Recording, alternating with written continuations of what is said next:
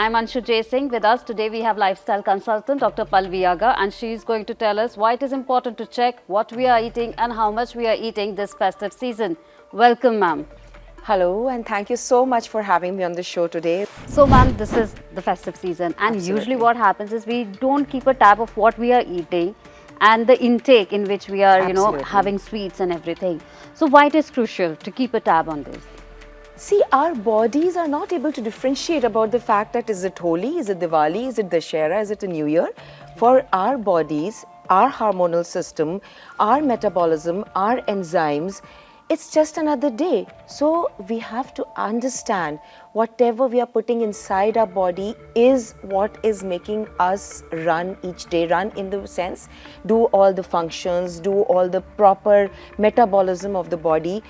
So as the body doesn't know it's Diwali today, you can't suddenly wake up and start snacking on sweets, on fried stuff, on something here there and just say, oh well, it's just one day, because ultimately it's that little drops of water which fill the ocean, and that's how the ill health starts. There are a lot of people on diet. How can these people on diet ensure that they are not eating anything unhealthy? Well, that's one of my most favorite questions. And you'll be surprised to know what I'm going to say next is that I actually don't believe in the word diet. If you're on a diet, you're going to be off a diet. And then it becomes a yo-yo. For me, it is entirely a lifestyle. It's a lifestyle change. It's a lifestyle. It's the promise and the commitment to keep your body healthy, to keep your metabolism healthy. Post-COVID, we are seeing so many heart issues happening, so many health issues happening. So we cannot treat our bodies in the way that, okay, today I'm on a diet, now it's Diwali, so 5 days I'm going to be off a diet. It's something which we have to consistently follow, something that we have to believe in. And in those, when it's a lifestyle change, believe me, you're not going to be really, tempted by box of sweets here, there, eating half a barfi, having a little bit of fried food. Once in a while, it's perfectly fine. In the sense, a little bit here, a little bit there, a small piece. Yeah, you have to maintain a food blog. I always tell all my, a food diary. All my clients, all my patients who take their nutrition planning from me, I always tell them maintain a food chart. The moment you start writing down things, or maybe take a friend for help, somebody if you're on a strict kind of thing and you want to leave sugar, or you are addicted to alcohol, you don't really want to have alcohol or something else, then either phone a friend, tell a friend that, okay, this I'm doing, please help me out. I will try to connect with you when I'm really feeling the craving. Otherwise, any family member, your spouse, anybody, your child, or otherwise maintain a food diary. The moment you start writing down, 2 pieces of sweet, followed by 1 kachori, followed by something else, again 1 piece of sweet, oh my God, look at what all I've eaten. So that provides you the incentive to then, say, okay, I think I've had enough. So, what would be your tips to control craving? Please hydrate yourself. For instance, if we are sitting within the AC, we generally don't feel the need for water, but I always recommend keep having a bit of either water with a tinge of apple cider vinegar, and also put a pinch of pink salt in it. So either a little apple cider vinegar or lemon or fennel. Fennel is nothing but soft.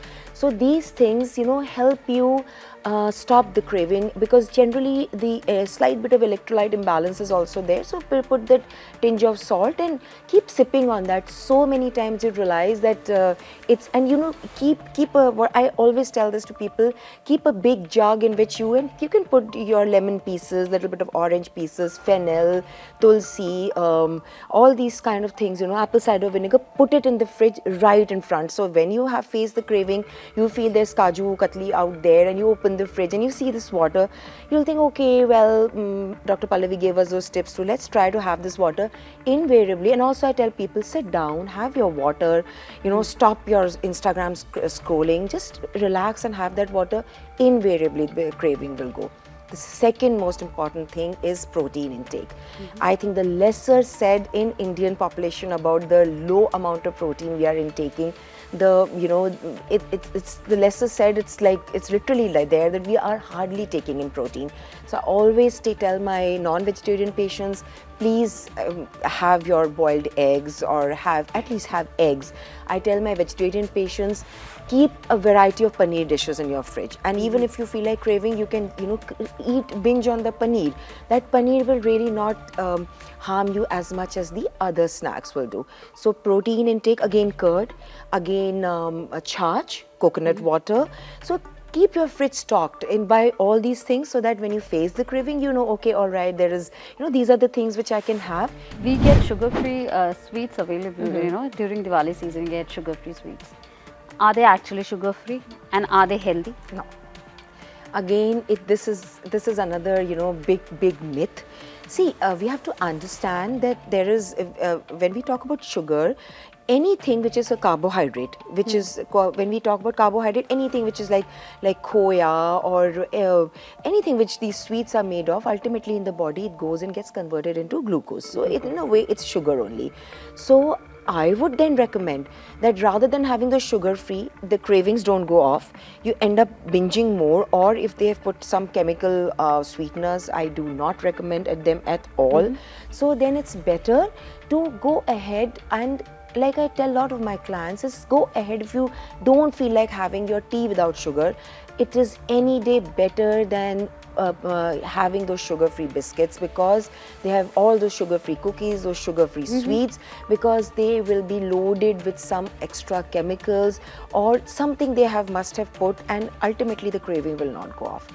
How can we enjoy guilt-free, sweets? See, again, don't. What I always say is that treat eating like something which you are treating your body. It's once in a while. If you are not really fighting an illness, if you're not diabetic, you're not hypertensive, you're not really obese, then even though body will suddenly feel that what's happening, they're putting so much of junk inside our body for these 2-3 days, but then don't feel guilty. Enjoy that break, just feel happy about it. If you are associating eating with guilt, then both the purposes are lost. Are there any traditional sweets that you would say we can have, which have that dietary Absolutely. nutrition? I think all the traditional sweets which were in at once upon a time made in India, all those things which they use a lot of dry fruits, like again figs, like dates, like kishmish. They used to generally put a little bit of good organic jaggery. Of course, again it's all sugar, but it's less harmful than all the other kind of things which have come in. Of course, everything made with desi ghee. It's not bad for health. So people, actually there are a lot of people who are into marathon running, who are into long distance cycling. I actually recommend them that make those homemade things, carry them along with you for your long rides or for your long runs, things made of dates and figs and all of this kind of thing, little bit of seeds and everything. It's any day better than all these chemical other things which have come up, which we keep eating. Excess sugar which is not utilized by body hampers every possible thing. It is responsible for your acid reflux, it is responsible for gastritis, it is responsible for those bursts of anxiety, because what happens is when you take in sugar, then you have a sugar high. So you are feeling pretty happy. You must have seen with children, they eat an ice cream and then they're just running around because they have an intense sugar high. And then when the sugar dips, then you have that sugar low, which is now been associated with Alzheimer's, with depression, with anxiety, with all sorts of things. I never make this mistake. Okay, so what would be your tips for post-Diwali detox? How can we detox ourselves? Intermittent fasting, one of the best ways. So, but now when you have fed your body pretty much in these 2-3 days, and your body has suddenly got used to a lot of carbohydrates, slowly start off with intermittent fasting. By intermittent fasting, I mean a gap of at least in the start of 12 hours between dinner and breakfast. So in between you can have your green tea, you can have of course your lemon and salt and apple cider vinegar water with your fennel and everything. Ginger really works beautifully. So ginger and fennel works beautifully for detox. Slowly, in a matter of couple of days, increase it to 14 hours, increase it to 16 hours. For those who can actually go up till 18 hours, that's one of the best ways to detox. What would be a message for our viewers just before the Diwali season, festive season? What would you like to recommend them? first of all, wishing everybody a very, very happy and prosperous Diwali. And now when I use the word prosperous, I would definitely indicate that the prosperity has to be our health. No amount, and COVID has taught us that no amount of money can actually get your health back.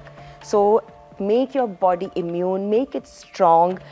And when I mean health, I would not say that you can just not never fall ill. You can fall sick, but when you have good health, you'll bounce back stronger. Your productivity will increase. We all want to live a long, happy and healthy life and a productive life. So I think this would be my best message, that a happy and a healthy Diwali. So on that note, thank you so much, ma'am, for joining you. us. It was a pleasure talking to you. Thank you so so much. much.